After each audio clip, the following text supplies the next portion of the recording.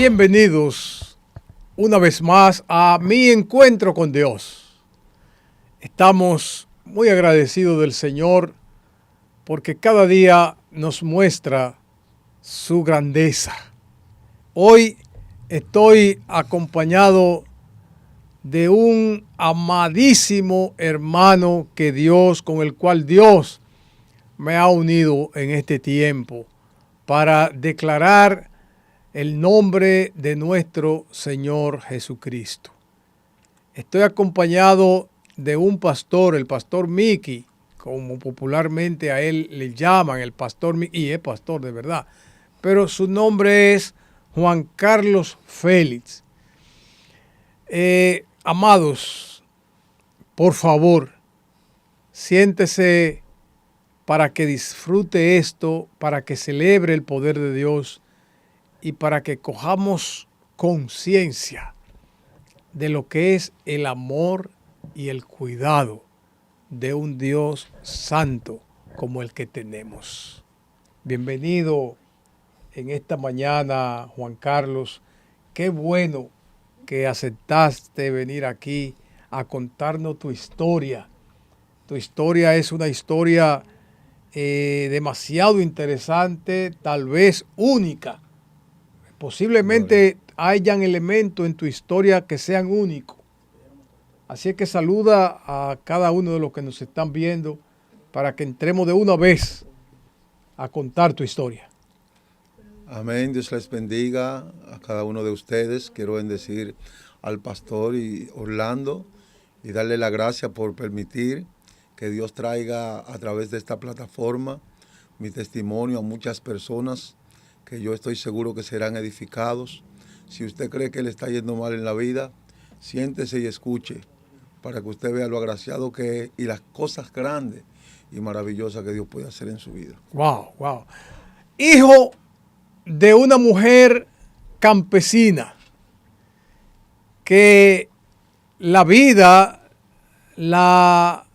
le enseñó cosas difíciles.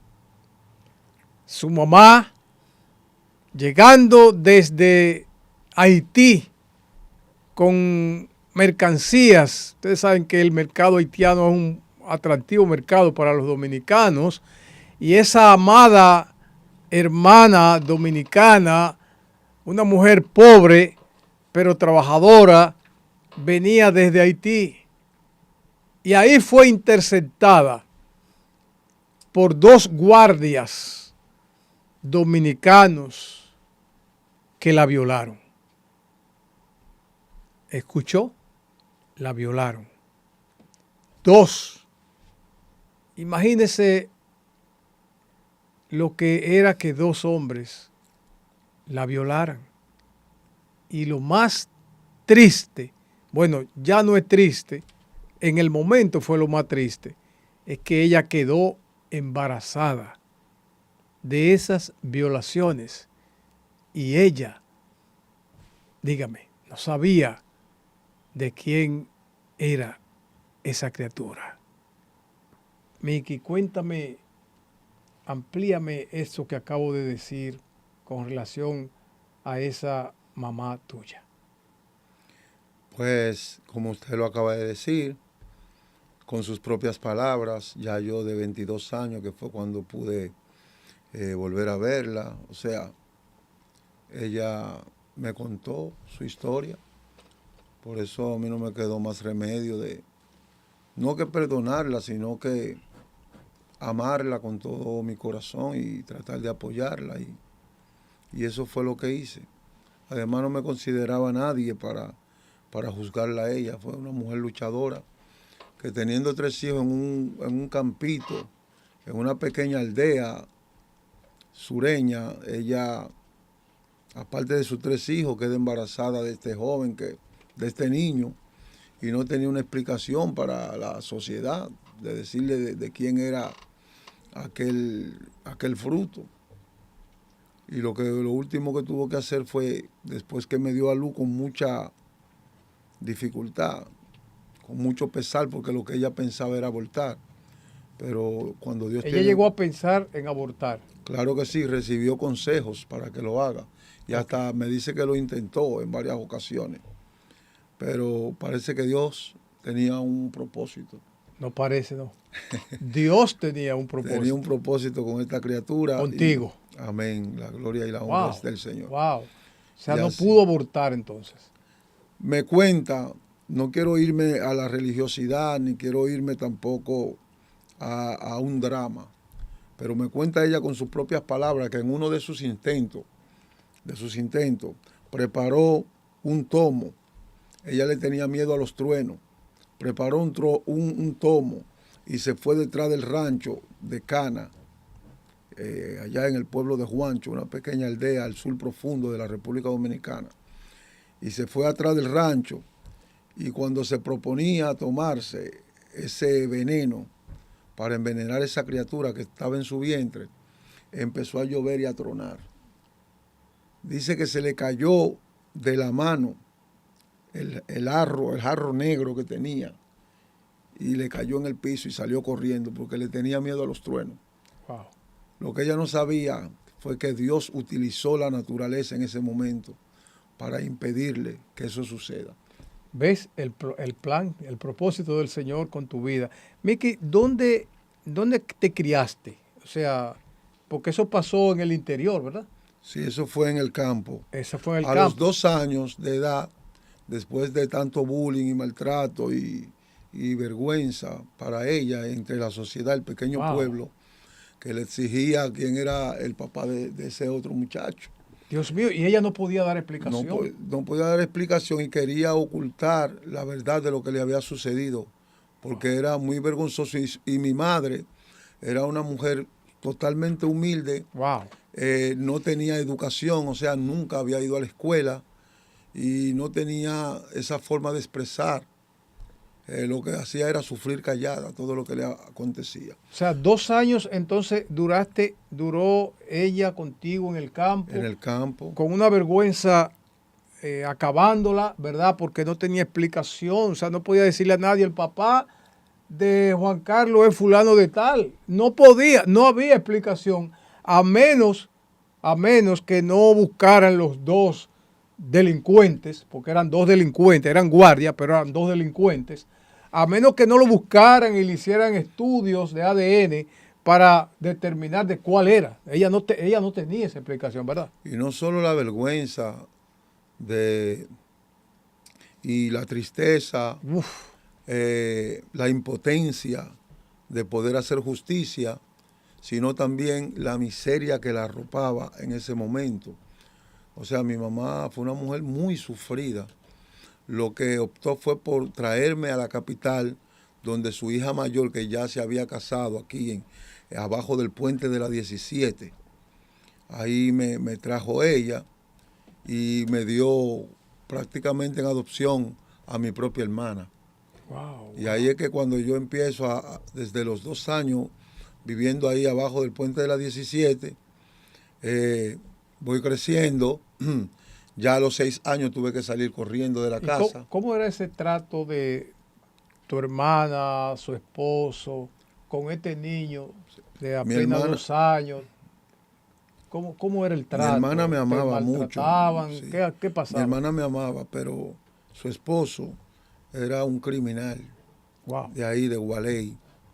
Y él me golpeaba, me maltrataba. No me golpeaba como un niño, sino como si fuera un hombre. Él se fajaba a pelear conmigo. ¿Cómo va a ser? A la trompa, como dicen. Pero era un niño tú. Era un niño de 5 años. Ahí aguanté desde los 4 hasta los 6 años, le aguantaba sus golpes. Y cuando mi hermana porque siempre él me golpeaba porque yo me levantaba a defender a mi hermana porque él la golpeaba también. Ay, era un animal. Entonces, a los 6 años yo tuve que salir corriendo. Entonces fue cuando empecé a dormir en las letrinas del barrio. ¿A dónde? En las letrinas del barrio. ¿Tú dormías? O sea, hay personas que no saben lo que es una letrina. Eso no es un inodoro, un baño normal, sino una casucha que se hacían de zinc y a veces de tela nada más, en las afueras de la casa, sin piso, sino como de madera. No había inodoro, sino como, hacían como un banco, algo así. Sí, Y yo ahí sé de eso era eso era, increíble. eso era un baño de pobre, Sí, allá en el campo. No había pero de inodoro. Estrena Pobre, pero No, eso no, era no, aquí en la no, no. capital ya. Sí. Y ahí ya yo de noche, yo de día trataba de vivir una vida normal, de un niño normal, aunque Pero en la noche, con wow, Juan Carlos, mucha hambre, pero en la vivía noche tú te jugando ibas era a una a una letrina. letrina y dormía. Recuerdo que mi hermana andaba de Dios mío, noche de letrina en letrina buscándome con un platico de comida para dármelo. wow, Juan Esa fue Carlos. mi niñez, o sea, ahí ya ustedes saben Y que entonces en ese andar durmiendo en letrinas, ¿qué pasó? ¿A dónde te fuiste después de ahí? ¿Te agarraron preso tuve en la algún suerte, momento en tu niñez? en una ocasión se armó una huelga allá en el barrio, en Gualey, una huelga muy fuerte. Y todos los niños estaban protegidos, porque yo no tenía dónde estar, yo estaba en el medio de la huelga. Entonces cuando la policía llegó, que tomó el lugar, me encontraron a mí en el medio, en un carro viejo abandonado y que manejando en medio de la guerra. Entonces ahí es cuando me toman, me llevan al destacamento, a mí no me trancan con los demás presos porque soy un niño. Ya para eso yo tenía algunos 8 años, sí, de 8 a 9 años tenía. Y es cuando yo me pongo a hacerle los mandados a los presos y a cantarle Ok. para que me den comida de la que le mandan a ellos. Y entonces ahí es cuando un oficial me ve cantando, porque desde niño me encantaba Wow. cantar canciones de Pedrito Fernández, recuerdo, era mi La favorita. mochila azul. Sí, La Mochila Azul, El Perro. No, Y porque a esto yo quiero resaltar que Juan Carlos es un artista. Es un artista y es un artista, él lo acaba de decir, ya desde los 8 años, 6 años, ya él estaba cantando y entreteniendo a los militares cuando lo agarraron preso. Y ya ustedes van a escuchar lo que el nivel de artista, de compositor que es Juan Carlos. Es una cosa impresionante. Yo le aconsejo, ¿verdad? No se me mueva de ahí porque usted va a ver, lleve bien el orden de todo esto para que usted vea cómo el Señor fue levantando en cada proceso a Juan Carlos, cómo lo fue levantando. Es una cosa impresionante de cómo Dios estaba interviniendo en la vida de este niño que dormía en letrina. Dios mío, tanto que se quejan los muchachos de hoy día. Pastor, entonces lo agarraron preso ahí, en ese destacamento, preso, y usted le sí. cantaba a la persona, ¿encontró algún militar que tuviera compasión? Un militar me dijo, muchacho, ¿y tu mamá? Mi mamá me trajo cuando yo tenía 2 años aquí, no la he visto jamás. ¿Y tu papá? Le dije, bueno, mi papá, yo nunca lo he conocido, no sé quién es. Entonces me dijo, ¿tú quieres que yo te ayude, que te lleve a un lugar, que te van a cuidar, te van a atender? Y yo, bueno, ¿te gusta la música? ¿Quieres estudiar? Digo, yo quiero estudiar, quiero ser Y alguien. usted no había ido a la escuela en ese momento. No, yo no había ido a la escuela, al contrario, mi alimentación, nosotros cruzábamos el puente de la 17 a un comedor económico que estaba en Los Minas, siendo yo un niño. Y allí yo esperaba con una latita, esperaba que las personas coman lo que comían y esperaba la sobra de ellos. Wow. Para yo poder alimentarme, porque era un niño. Me alimentaba de los gollejos de China, que usted sabe, cuando se chupan Cuando una gente chupa el y jugo, bota el sí, bagazo. esos bagazos, lo de adentro, eso era mi alimento. También el coco, cuando Dios la gente mío. compraban coco, se bebían el agua y botaban el contenido, Wow. eso era lo que a mí me daba, con eso yo me alimentaba, me pasaba el día hasta que llegaba la noche y me metía en mi letrina a dormir. Pero entonces ese militar Ese militar que lo levantó Dios, yo pienso. me hizo llegar, sí, siempre Dios en todo mi caminar tenía un ángel terrenal Wow. que me daba la mano, que me tendía la mano. Dios no me evitaba los procesos, pero siempre al final de cada proceso había alguien había alguien que Dios usaba como para llevarme al otro nivel que faltaba. ¿Y a dónde lo llevó el militar? Me llevó a Casa Albergue, un lugar que es un Casa reformatorio Albergue. de niños que estaba ubicado aquí. En La Obando. En La Obando, exactamente, cerca de Cristo Rey. Creo Ahí que agarraban todos los muchachitos palomitos. Sí, yo recuerdo. pero también niños con un nivel de crueldad y terrible. Y ahí tenía yo que estar, pero fue simplemente un de paso, porque ahí preparó todo y hizo que me internaran en el Instituto Preparatorio de Menores Máximo Antonio Álvarez. Eso fue en La Vega. Ahí en ese reformatorio fue donde aprendí a leer, a escribir y donde empecé a estudiar música. Aprendí a leer el pozol y el eslava, solfeo, ahí lo enseñaron a leer. Sí, porque era un lugar donde habían muchos talleres. Uno podía estudiar, y en la tarde ya habían talleres de banitería, mecánica, agricultura, peluquería, música. Entonces yo preferí la música. Ahí fue donde aprendí a tocar trompeta. ¿Cómo? Sí, y aprendí ¿Pero cuántos años duró ahí? Duré hasta los 18 años. Ok. Yo me quería quedar ahí, pero ahí nada más permiten hasta que la persona es mayor de edad. Ahí aprendí. O sea, no se podía quedar. Me enamoré de una maestra. Yo siendo enamorado porque uno no... Se enamoró de la maestra. Por más mal que uno esté, no deja de ser fresco. Ya usted sabe, yo aficionado de mi maestra, le escribía cartitas de amor cuando aprendí. ¿Verdad? Sí, y canciones. Pastor, ¿usted se recuerda de alguna cancioncita de esa que usted le escribió a esa maestra? Yo le escribí una canción que fue un éxito. Después, ¿verdad? Claro que sí. ¿Cómo se llamaba la canción? Así es la vida. Así es La vida. Y eso... Porque ella, cuando yo le daba las cartitas, ella notó... ¿A usted le daba carta? Claro. Pero ¿cuántos años le llevaba? Como 20. Muchacho fresco. Sí, como 20. Pero ¿qué sucede? Que ella, al ver el talento, me regaló un libro de poemas. ¿Verdad? Y ahí yo aprendí a formar los versos, a cuadrarlo, a rimarlo. Ahí fue que yo perfeccioné un poquito más en cuanto a la composición. Aprendí Así es la vida. ¿Y cómo? ¿Usted se recuerda? Cante un chiste de esa canción, pastor. Esa canción, porque la canción dice, a veces las cosas no salen como uno quiere. Wow. Yo sufriendo por ella y ella por otro se muere. Pero sí, ¿usted sabía si ella tenía otro? Pero ella no me hacía caso en cuanto a era un muchacho. Exacto. Wow, un muchachito. Wow, pero qué interesante eso, ¿verdad? Entonces usted salió de ahí a los 18 años. A los 18 años. Pero le quiero preguntar, pastor, si usted tenía ya cuando ella le hizo esa canción a ella, así es la vida. Sí. Es fruto de su misma situación o condición que hasta ese momento usted había vivido.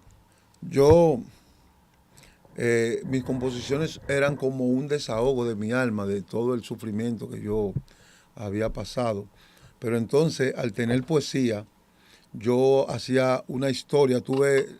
Dios me dio el arte de poder desahogar mi propia tristeza por medio de una canción. Las melodías eran como un desahogo de mi alma y yo siempre expresaba como tristeza, como ese desamor, como esa angustia que yo había vivido, la expresaba en mis canciones. Todavía le estaba cantando a una mujer, pero yo utilizaba la historia de amor para desahogar todo lo que venía viviendo. Sí, porque fíjese que si usted me dice a mí así es la vida, y usted le dice, yo sufriendo por ti y tú estás sufriendo por otro. O sea, eso es fruto del estado mismo en el que usted se considera una persona desarropado totalmente. Sí, y siempre hablaba del sufrimiento y que mi alma se está desgarrando y eso le llegaba mucho a la humanidad, a las personas. ¿Por qué? Porque el mundo verdaderamente está falto de amor, falto de cariño. Pastor, entonces ahí pudo aprender, ahí realmente vio con ese libro de poesía que ella le regaló, ahí usted pudo cultivar como ese espíritu de compositor con el que ya Sí, usted había probado, ¿verdad? Porque sí, usted, porque yo hacía la poesía, pero entonces ya tenía solfeo cantado, o sea, ya tenía música, había estudiado música, y eso me daba la facilidad de esas canciones, de esas poesías que yo escribía, ponerle melodía. a todo esto, todavía usted no sabía nada de su madre.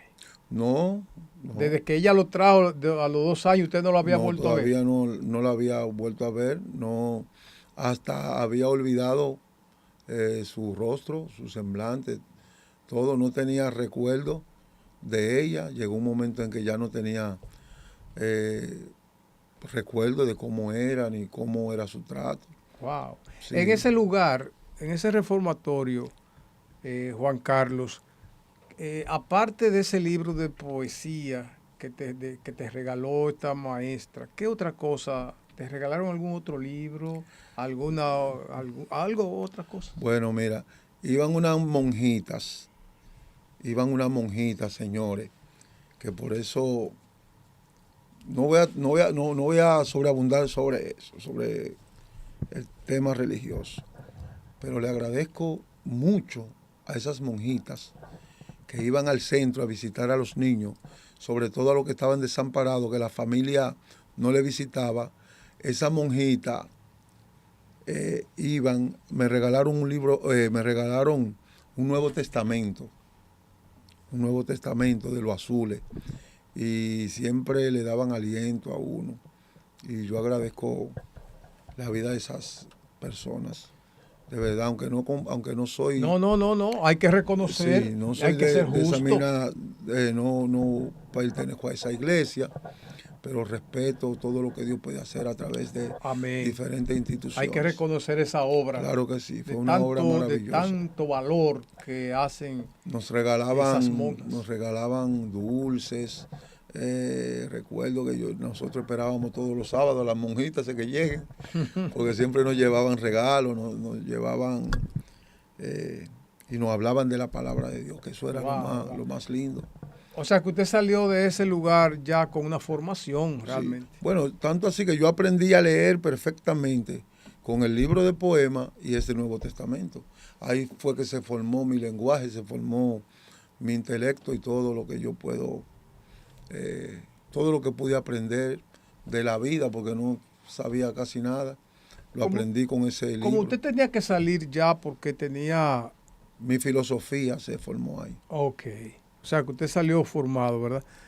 Como usted tenía que salir porque ya tenía 18 años, usted no tenía madre, no tenía padre, ¿cómo, cómo usted logró salir de ahí? Porque se supone que no había que entregárselo a alguien, el muchacho. Sí, pero se dio el caso que cuando ya se cumplió el tiempo, un tiempo muy valioso en mi vida, que fue un refrigerio, y fue algo muy importante, que por eso mi sueño es algún día poder pertenecer a una institución de esa o formar una institución que se preocupe por los niños, por los indigentes. Y yo creo que ya me he estado reuniendo con personas que están interesados en que vamos a formar algo así parecido. Y cuando salgo, ya mi hermana no vivía allá. Cuando salí fueron ellos que me llevaron a donde yo supuestamente vivía, que era en el puente de la Ah, 17. no fue que su hermana fue a buscarlos. No, ellos me llevaron porque ya yo había cumplido los 18 años. Ok, Y allí no se aceptaban personas mayores de edad. ok, ok. Entonces, Como usted antes de salir de ahí, usted antes de salir de ahí entonces compuso varias canciones. allá yo compuse algunas canciones, Y esas canciones, usted recuerda si pero eran canciones fundamentadas en su condición, en su dolor, ¿verdad? ¿Usted recuerda eso? bueno, yo mayormente lo que escribía era bachata, porque no, pero no. yo venía de un pueblo sí, bachatero. No, porque yo no me refiero a la melodía, yo me refiero a las canciones. Me refiero a las letras Sí, pero de las canciones, si eran así como usted dijo ahorita que así es la vida. Sí. Si era el fruto, el material de esas canciones, era su propia situación. Sí, la mayoría. Yo quiero dejar esto claro, amado Juan Carlos, porque uno tiene que estar claro que en la iglesia no se puede cantar cualquier canción. Exacto. Porque hay canciones que realmente están trayendo el corazón de una gente. Entonces hay que ser como muy cuidadoso con esa parte. No, pero yo le puedo aclarar lo que Dios me ha revelado y lo que yo he vivido a través de la música, pero sería más adelante. Porque la música de Dios es una y la música para el mundo es otra. Le estoy hablando de una persona devastada que lo que vivía en su vida era una depresión, una angustia, una tristeza, una amarga, y eso era lo que yo expresaba. Dice la palabra que de la abundancia del corazón habla la boca. Entonces, después que Jesucristo llegó a mi vida y transformó, ya en mí no hay amargura ni hay tristeza, ya lo que de mí sale alabanza. Y de un cristiano, un corazón agradecido de Dios, no puede salir una bachata, una canción de amargue. Wow. Lo que tiene que salir es una alabanza. Si usted fue transformado por la sangre de Jesucristo, si usted es cristiano, ya usted es una nueva criatura. Y en su corazón no puede haber tristeza. Ya usted lo que canta es alabanza. Ya usted lo que tiene que cantarle a Dios. Juan Carlos, ¿dónde te trajeron cuando saliste del reformatorio? Te trajeron al puente de la 17, dijiste. A la cabeza del puente de la 17. ¿Y encontraste la casa? Ellos no quisieron bajar para abajo porque en ese tiempo el barrio sonaba mucho como con mucha delincuencia. Entonces ellos me dejaron ahí arriba y ahí yo bajé solo para abajo. Ahí me encontré con la noticia de que ya mi hermana no vivía ahí. Entonces, habían algunos amigos que ya yo conocía desde mi niñez. Yo compartía con ellos de día, pero de noche tenía que buscar dónde dormir. Ya no podía dormir en una letrina, así que me fui al Parque Enriquillo. Y entonces pero empecé... todo esto tú no tenías dinero cuando viniste del reformatorio. No, nada. Yo vine con una fundita ahí, con mi Nuevo Testamento. Ah, trajiste el Nuevo Testamento. Mi libro de poemas, eso era, yo no me despegaba de eso. Mi Nuevo Testamento, mi libro de poemas y algunas ropitas. Wow, qué interesante eso. Sí, sí. Yo conocí a Jesucristo desde temprano en ese testamento y ese era mi amigo. Y yo tenía la esperanza de que un día él se me iba a aparecer así como se le aparecía a esos mendigos, al ciego, Bartimeo, como se le apareció, a la mujer del flujo, como llegó a la vida de aquel paralítico del estanque de Betesda, y así como solucionó la vida de muchas personas. Yo siempre vivía apegado a la idea de que un día Jesucristo iba a llegar a mi vida y me iba a sacar de ese... Entonces en el parque Enriquillo, ¿dormías en el Parque Enriquillo? Dormía en el Parque Enriquillo y fue donde llegó la maldición a mi vida, la maldición de las drogas, a través de otros jóvenes que también dormían allí. Ahí empecé a consumir cemento, después pasé a marihuana, luego al crack. Como no tenía gran dinero para consumir grandes cantidades ni drogas muy caras, pues me volví un adicto al crack y adicto al cemento.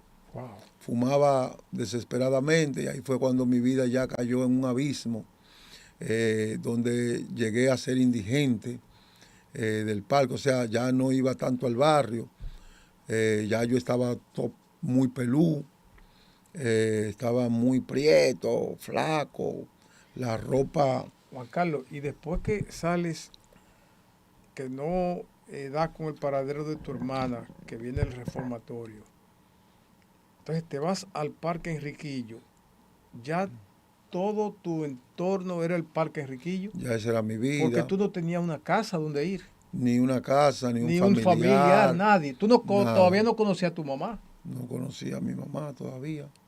Y ya yo duré hasta los 22 años allí, en el parque. A todo esto, ¿cuántos años? Hasta los 22. Hasta los 22 años salí en de el parque. 18 y duré casi 5 años en el parque. A todo esto, como mendigo. A todo esto, siendo un mendigo, ¿nunca te desprendiste de la idea de que tú eras un artista?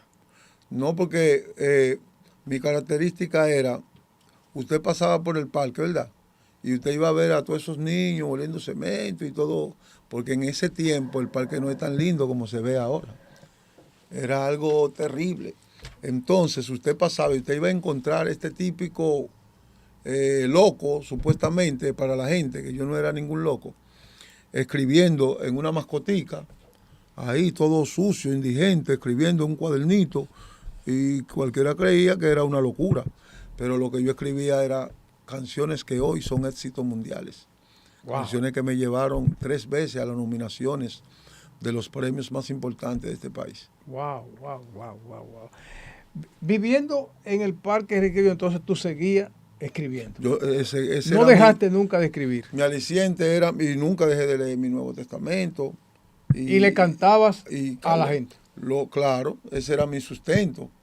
Aún los mismos palomos del parque, le dicen palomo a las personas que no tienen refugio, donde vivir, no tienen familia. Le dicen palomo, yo era palomo, yo vivía ahí.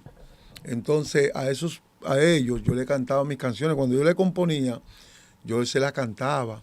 Y ahí ellos compartían conmigo los cigarrillos, los vicios, lo compartían conmigo. Yo era el artista de los palomos del parque.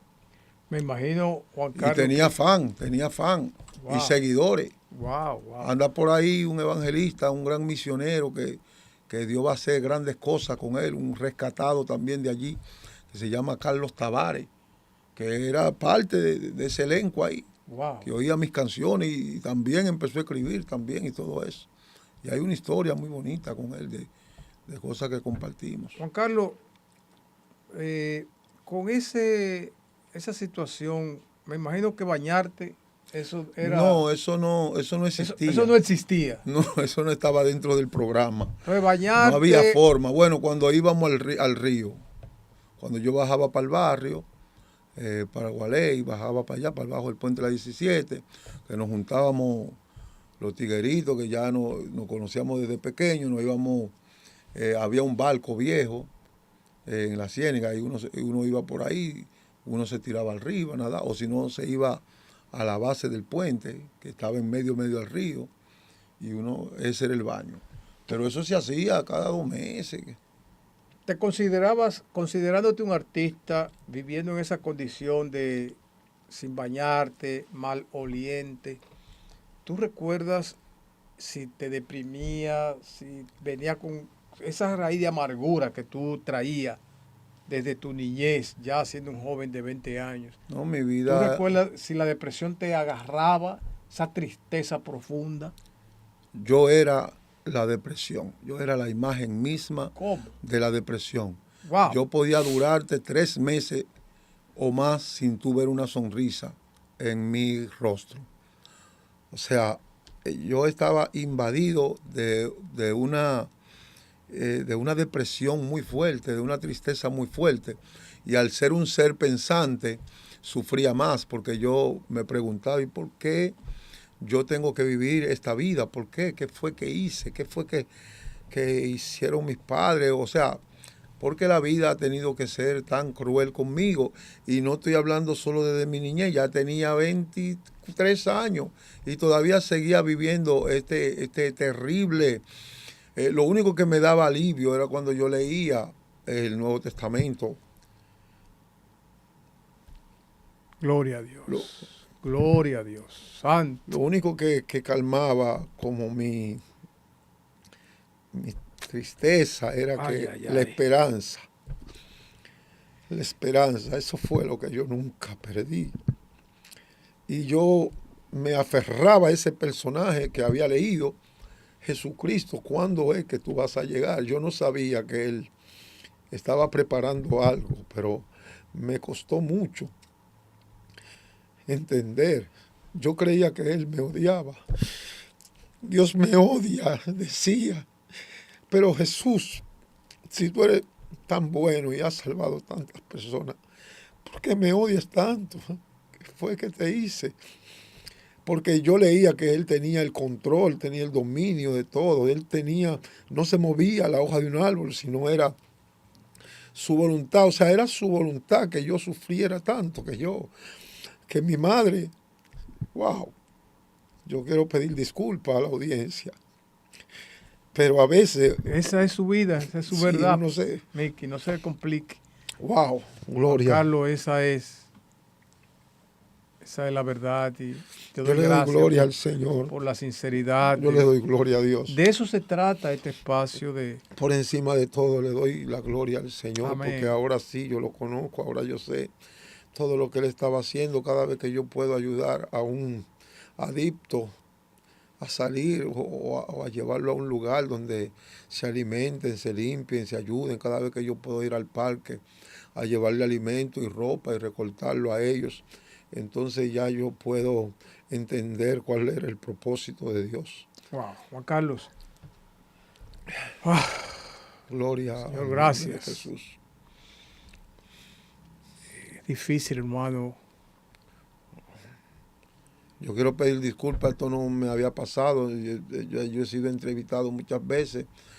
Muchos de los que van a ver esta entrevista me han visto no en este estado. Lo que pasa es que esta entrevista ha tocado fibra importante en mi vida. ¿Por qué? Porque la diferencia es que quien me entrevista es un pastor y las preguntas que me hace me trasladan al lugar. Me trasladan allá al lugar y disculpa y seguimos. Juan Carlos. Aún en esa situación en la que te encontrabas con una mascota llena de canciones, tenías tu visión, tenías un pensamiento de que un día ibas a salir de esa condición, le hablabas a Dios, te mantenía leyendo tu testamento que acabas de decir, te mantenía en eso. Esa era mi esperanza, esa era mi fortaleza, esa era mi fe. Yo sabía que yo no me iba a quedar allí permanentemente. Por eso la mayoría de los jóvenes que estaban allí delinquían, cartereaban, atracaban de noche, hacían cosas que yo no me lo podía permitir porque yo no salía de mi corazón tampoco. En mi corazón no estaba hacer maldad a nadie, porque yo sabía que un día Dios iba a hacer algo conmigo y que yo iba a ser un artista, iba a ser un gran artista. Ese era mi sueño y mi fe era que Jesucristo era que me iba a ayudar a hacerlo. No sabía cuándo, pero sabía que eso iba a suceder. Por eso yo mejor iba a los lugares, a los comedores, siempre la misma cosa que hacía de niño, la hacía ya siendo un hombre ya, un hombre viejo ya. Iba, pero yo estaba muy mal vestido, no tenía recursos.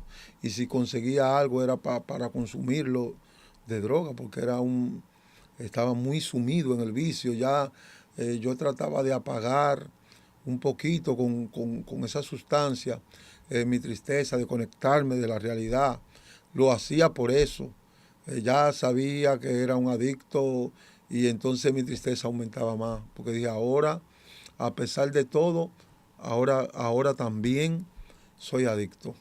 Wow. Iba a los comedores y cuando la gente comía, yo le pedía la sobra con mucha educación, pero mi mal olor, mi ropa, mi fachada, ellos me podían tener temor de que yo pueda ser violento o algo. No lo era, nunca lo fui. ¿Llegaste a ser maltratado en el parque?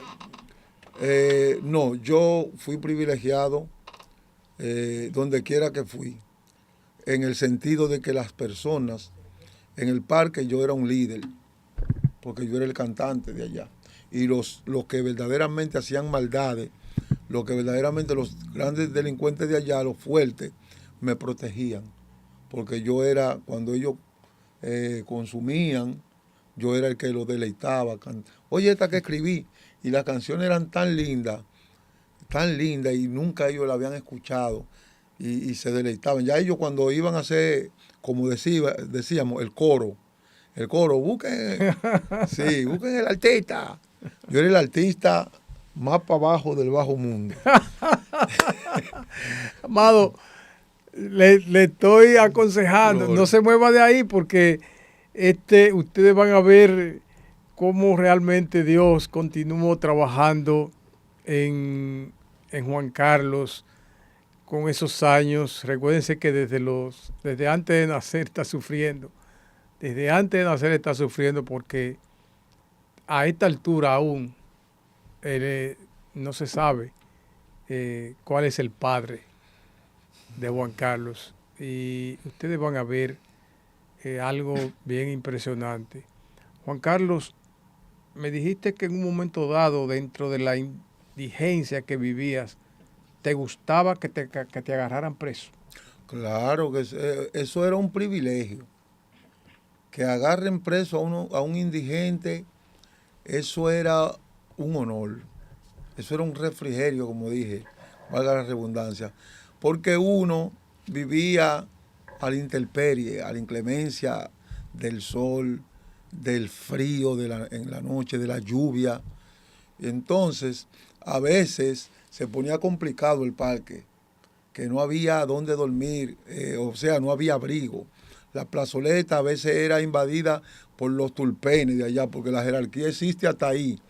Hasta en el claro, ahí, por ejemplo, habían unos que le decían los mellos, que eso era el control. Cuando eso llegaban, ahí en la plazoleta nada más podían estar Ellos. los tulpenes.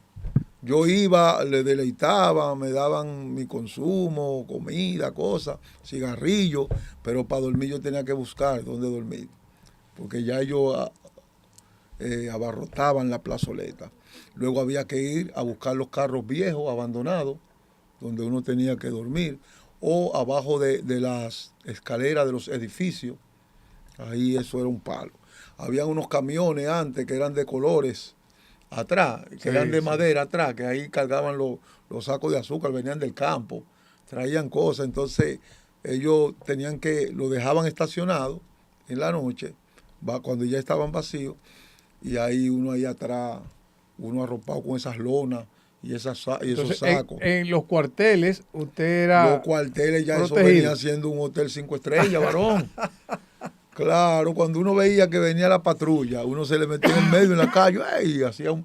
O sea, usted hacía que lo cogieran preso. Sí, y yo le hacía su mímica para que se para que te llevaran. Sí. Para que te llevaran preso. Sí, me agarraba, ven acá, tránquenlo. Y ellos creían que yo estaba triste y yo contento. Su cédula, ¿qué cédula tú me estás hablando?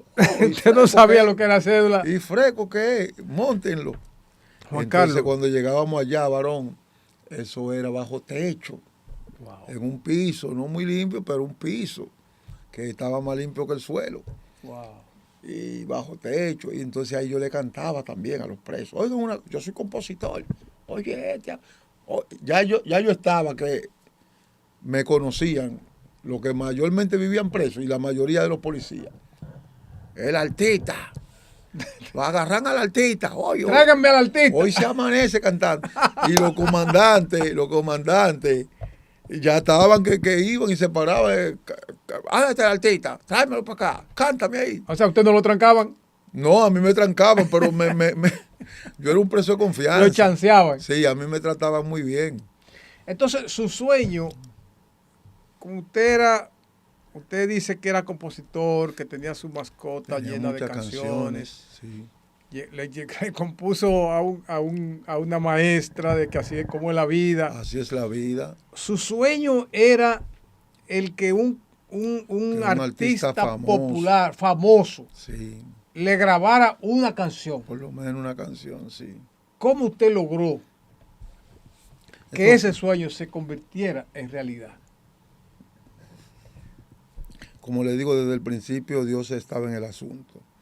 Yo recuerdo que esa mañana yo salí a caminar por la Duarte, siempre caminaba a la Duarte, porque al ser una zona comercial, siempre uno encontraba que recoger en la calle, que un pedazo de pan o de sándwich, o que como le digo, que el coco, que esto.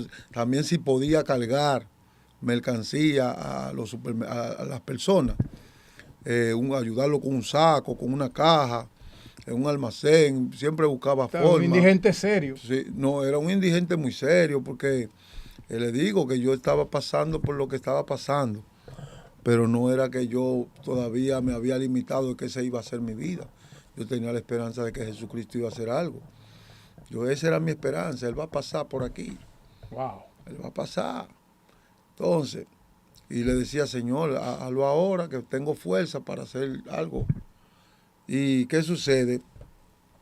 Que cuando yo veo una fila en la Duarte, hay una fila, digo, ¿y aquí qué es lo que están dando? Antes el gobierno daba fundita y cosas. Yo digo, bueno, algo se me va a pegar a mí aquí en esta fila, porque estaba grande. Y veo gente saliendo con caja, digo, bueno, me meto en la fila y quiero llegar y pregunto, ¿qué es lo que están dando aquí? Me dicen, no, esta es la oficina. Ya tenía 20 y pico de años ahí. Ya yo era un viejo, 23 años. No. 21, de 21 a 22 años. Ok. Sí. Pero un hombre ya. ¿Qué es lo que están dando aquí? No, muchachos, esta es la oficina de Joe Vera, un artista de bachata, cantar. Digo, oh, pero yo soy compositor. Y me miran, y digo, oye, ahora. Dije, ¿qué es compositor? Este hombre está loco. Yo sí, yo soy compositor. Llévenme donde ese Sí. artista, ese cantante. No, y ya yo me propuse ahí entrar. Y no me fue difícil, la gente se quitaba porque yo con el mal olor que yo llevaba. O sea, no le fue difícil No, entrar, porque le abrían paso que cada vez que yo por me el le mal pegaba olor. a alguien, ¿no? Y para no ensuciarlo también. Y entró a la oficina de ese artista. Llegué a la puerta y ahí salió el manager, un gran amigo nuestro que hoy siempre me felicita y es un admirador, José Sánchez. Ok. Me dice ese gran productor y promotor artístico, me dice, ¿y usted qué es lo que quiere? Digo, yo soy compositor y yo le traje una canción a Joe Vera. Tú te estás volviendo loco, es el mejor compositor del país y además ya él grabó su producción. Digo, no, pero él tiene que oír lo que yo le hice, que esto es otra cosa. Muchacho, ya Joe Vera grabó, ven el año que viene. Digo, no, espérese. Usted me oye, si no sirve, yo me voy al basurero de donde yo vine, pero si sirve, pues ya yo sé que mis canciones son, yo quiero que la oigan. Me lleva donde Hipólito, me lleva donde el empresario en esa ocasión, y le dice, este muchacho que es compositor, le dice, salte, sácame, mira, llévalo para allí, y él es compositor, o sea, óyelo allí, cántalo allá afuera. Es así, óyelo para allá, oye, porque yo le estoy obstaculizando la clientela, yo estoy hablando ahí, y yo lo que estoy con mal olor y diciendo que soy un compositor, y llevándole un tema al artista más pegado del momento, y a un gran compositor. Que era un también. bachatero, es Sí. un bachatero. Yo le digo, pero ¿cómo ustedes supieron que él es grande, que él es bueno en lo que hace? ¿Cómo lo supieron? Escuchándolo. Tuvieron que escucharlo, pues entonces escúchenme. Si no sirve, yo me voy ya. ¿Lo llamaron? Sí, el hombre me saca para afuera. Canta. No, primero me está dando 10 pesos. Para que se vaya. Pero que 10 pesos eran muchos. Pero ¿y para qué los 10 pesos? Como que él se conmovió de mí, pues de mi estado, ¿entiendes? Y que yo soy un compositor, pobrecito, me está dando 10 pesos. Digo, no, usted tiene que oírme. Esta oportunidad yo no la voy a vender por 10 pesos. Yo no voy a vender esta oportunidad por 10 pesos. Usted me oye. Si no sirve, no sirve. Canta. Ahí le digo, a veces. Ahí le canté el tema, así es la vida. La vida es así. El mismo tema que le compuso la maestra. Sí, ese era mi favorito. Ese era mi favorito. Y entonces se la cantó. Se la canté, el hombre se volvió loco. ¿Le gustó? Eso es tuyo. Digo, sí, porque antes la bachata no era como tan rica en poesía. Y usted había aprendido con un libro de poesía que le dio melodía, la maestra. Sí, ni en melodía. Okay. Porque la bachata era de músico de oído. ¿Entiendes? Y ese productor... Y esta melodía venían como suave y con letra. Okay. ¿Llegó a llamar al artista ese productor? Oh, pero inmediatamente, desde que él me llevó espérate, yo se la canté también al artista. al empresario. El empresario dijo, espérate. Llamó al artista. Llamó al artista, el artista vino. Y cuando el artista vino, que se encontró con este... No, porque a él le dicen, a mí me pusieron a cantarle, le dicen, oye esto. Por teléfono. Oye, sí, oye esto, de este compositor que... Ok, buenos días, canta. Le canto la canción de nuevo. Dice, oh, espérame ahí que yo voy para allá ahora mismo. Wow. Sí, porque para la época era una joya. Y llegó. Y para ahora también, porque ahora mismo todavía está sonando durísimo. ¿Qué pasó cuando llegó? Cuando él llega, él llega y me Buscando pasa por el lado, para allá, coge para la oficina. O sea, coge para el escritorio y saluda a todo el mundo. Le dice, es el compositor. Y cuando mira así que me ve a mí. Sáquenlo. Se le cayó todo. Usted, es una broma, esto es una broma. Hay una cámara oculta, ¿será? Y yo le decía, sí, él fue que escribió. Dice, muchacho, eso es tuyo. Y digo, sí. ¿Y cómo tú aprendiste? Me mira, ¿cómo fue que tú aprendiste a escribir? Y yo fui interno en un reformatorio desde niño y estudié el solfeo, el pozole. Le gustó la canción al hombre. Sí, y escribí. ¿Tiene mayo? Claro. Wow. Y ahí me dijo que le interesaba la canción. Wow. Para su álbum y ya estaba terminado. Dios mío. Sí, ahí empezó el conflicto porque sacó una canción de un compositor muy famoso. Para meter la que es amigo mío, a quien admiro, que duró muchísimo, un amigo mío por eso. y para poner esa. Y no solo eso, sino que le puso al álbum el título de mi canción. Oye. Así es la vida. Pero ahí es que está. Eso es lo que yo digo. Es Dios. Amén. Es Dios. Sí. Es Dios, porque ¿qué defensa en ese momento tú tenías? No tenía ninguna defensa. Y este hombre, Dios te da la habilidad para quedarte ahí con todo tu mal olor y todas tus cosas. Tienen que escucharme, no estaban obligados a escucharte. No. Pero tú sabías lo que tenías, ¿verdad?, que mostrar. Entonces, Quería este ser hombre... escuchado. A veces tú le regalas un minuto a cualquier persona, un indigente, que tú creas que es loco, una persona deprimida. Wow, qué gran lección y quizá un minuto de tu tiempo qué gran lección. puede salvar una vida. Que normalmente a nadie le gusta hablar con los mendigos. Y no lo escuchan y no saben qué es lo que hay. Sí. Es un consejo de vida que nos están dando a todos en este momento, ¿verdad? Escuchemos a las personas, por malolientes que nos parezcan. Uno no conoce el trasfondo que lo ha traído hasta ahí. Uno no conoce, porque fíjense que es que Juan Carlos viene, ya ustedes saben, fruto de una violación. No sabe quién es su papá. A esa edad no conocía a su mamá. Viviendo donde le cogiera la noche, como dicen, comiendo de la migaja que otro dejara, del gomo de la naranja que lo agarraba. Ya habiéndose una gente comido la naranja, él agarraba a ver si le sacaba algo. Dios mío, Padre Celestial. Vamos a ser sinceros, nunca nos detenemos a escuchar a esas personas. Nunca creemos que detrás de esa persona hay un gran tesoro. Nunca lo creemos. Esa es la verdad. Cristianos y no cristianos. Nunca nos detenemos. Vamos a cambiar esa práctica. Vamos a detenernos a escuchar a la persona cuando se te acerque un mendigo, un indigente. Escúchalo, por favor. Escúchalo.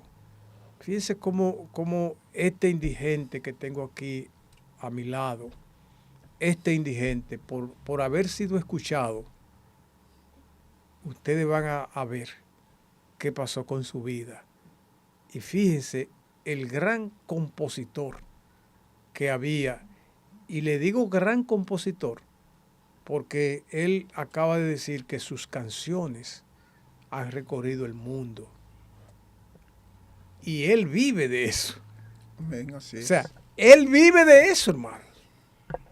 Él está viviendo de los royalties, él está viviendo del fruto de esa composición de la maestra, que él le hizo a la maestra de que así es la vida.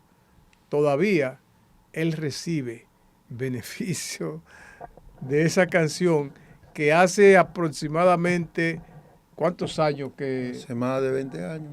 Hace más de 20 años que se grabó. Que se grabó, Pero sí. cuando usted la escribió, tenía alrededor de 6 u 8 años. Oh, sí, no, que fue en claro. el reformatorio. Mucho, sí. Y en este momento usted tiene que tener ¿cuánto? Entonces imagínense. Sí, Hace muchos años sí. que eso. Esa canción, ese artista que la grabó, la registró con su nombre. La registró con mi nombre. Porque para poder cobrar tenía que estar registrada con el nombre sí, suyo. registró con Entonces mi nombre. ahí vuelvo a resaltar lo que Dios hace.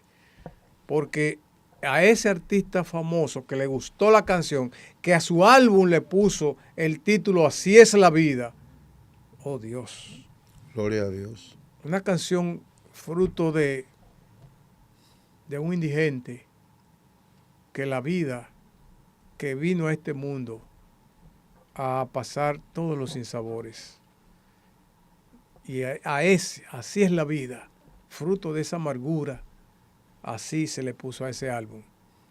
La registró con el nombre de él y todavía él está recibiendo beneficios por eso. Le dio dinero ese artista en ese momento. Me mandó a grabar la canción, me mandó a que se la lleve en un cassette.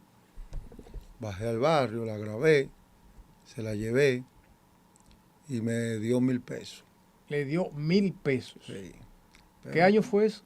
Eso fue en el 97. En el 97. Sí. 1,000 pesos. Oye, pero tenía su valor. Yo vi a Dios. Yo me puse un flow, maestro.